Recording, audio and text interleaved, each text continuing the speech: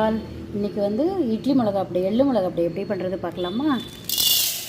கடலப்பருப்பு ஒரு கிளாஸ் இந்த கிளாஸில் எடுத்துருக்கேன். இதுக்கு 2 கிளாஸ் உளுத்தம்பருப்பு எடுத்துக்கலாம். இது கொஞ்சம் வறுபட்ட பண்ண உளுத்தம்பருப்பு போடணும். அப்படி தூக்கலாக போட்டுக்கலாம். இப்போ உளுத்தம்பருப்பு 2 கிளாஸ் போட்டுக்கலாம். காஷ்மீரி சில்லி வாஷ் பண்ணி வச்சுருக்கேன். இதையும் இதில் போட்டுடலாம்.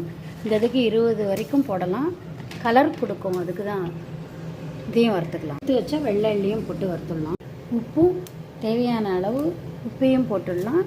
இதுக்கு இந்த ஸ்பூனில் நான் வந்து 1.25 ஸ்பூன் போடுறேன். வறுபடட்டும், வெடிக்கிறது பாருங்க. இது எள்ளு வெடிக்கிறது பாருங்கள். அங்கங்கே எள்ளு நல்லா வறுபடட்டும். அப்புறம் அரைச்சிடலாம். வெல்லம் போட்டும் அரைப்பேன், ப்ளைனாகவும் உப்பு போட்டும் அரைப்பேன். பருப்பு எல்லாம் வறுபட்டுறது. இந்த ஸ்டேஜில் நம்ம ஆஃப் பண்ணிவிட்டு ஆற வச்சுட்டு அரைக்க வேண்டியது தான்.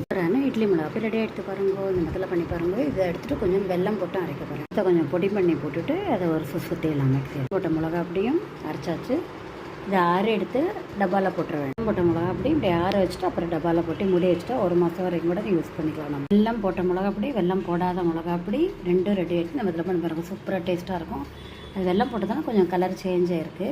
இது நார்மலாக இருக்குது. நம்ம இதில் பண்ணி பாருங்கள். கமெண்ட் பண்ணுங்கள். சப்ஸ்கிரைப் பண்ணுங்கள். தேங்க்யூ ஸோ மச் ஃபார் வாட்சிங். எள்ளோட வாசனை அப்படி சூப்பராக தூக்கி அடிக்கிறது. மெத்தடில் பண்ணி பாருங்கள்.